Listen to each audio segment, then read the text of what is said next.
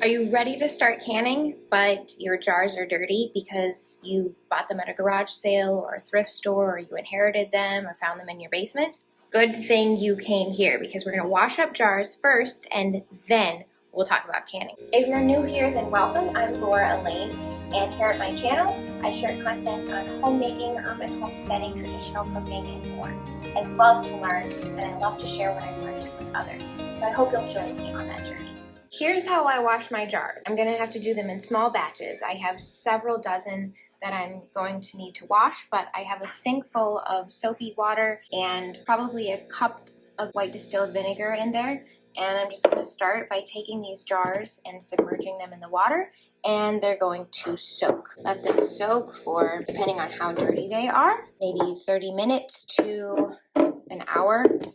Come along, give them a little scrub. But we're just going to start by submerging them.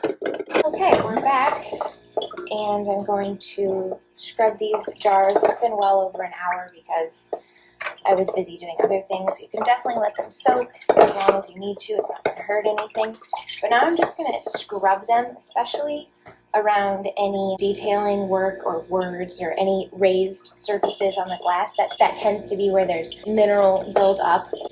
And inside the jar, it is helpful to have a bottle brush, something that reaches up and in and gets those angles and curves. You can obviously just use a washcloth and stick the end of a utensil up in there and help get things out that way too. After you have scrubbed all of the grime and any visible dirtiness off of the jar, you do want to check the top of it for any nicks or check it over for any cracks, anything that would compromise the jar in the canning process.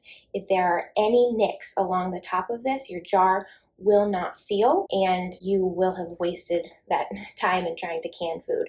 So if there's any nicks or cracks, you can't use it for canning purposes. You can still use it to store dry goods, but not canning. Do be careful as you're checking over old jars.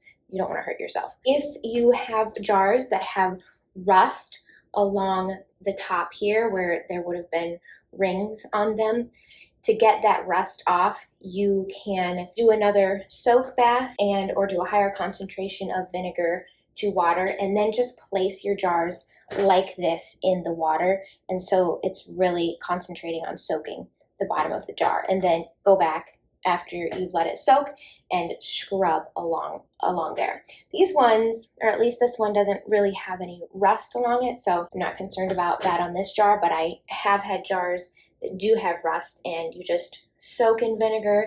You might have to repeat that process, that vinegar water bath. Do that a couple of times and scrub.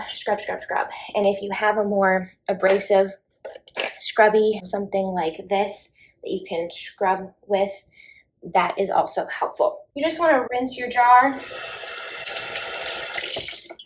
after all of that.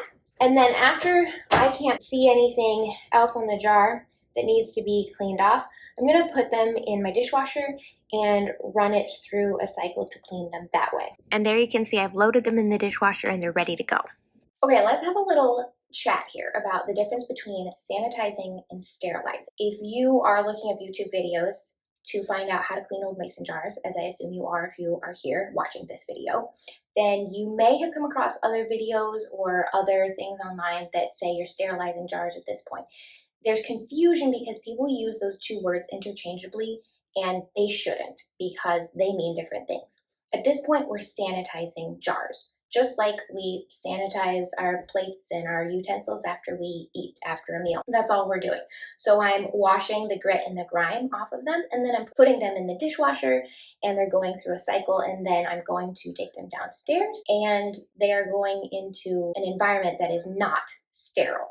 So at that point, my jars in the basement are sanitized, but they're not sterilized. Sterilization happens when you are getting all of the bacteria off of the jars and killing all of that bacteria. That naturally happens in the canning process. The rule for sterilization is if you are pressure canning, your jars are becoming sterilized in the process. If you are water bath canning, then your jars are becoming sterilized in the process as long as you are water bath canning for 10 minutes or longer and you are at an elevation of sea level to 1,000 feet.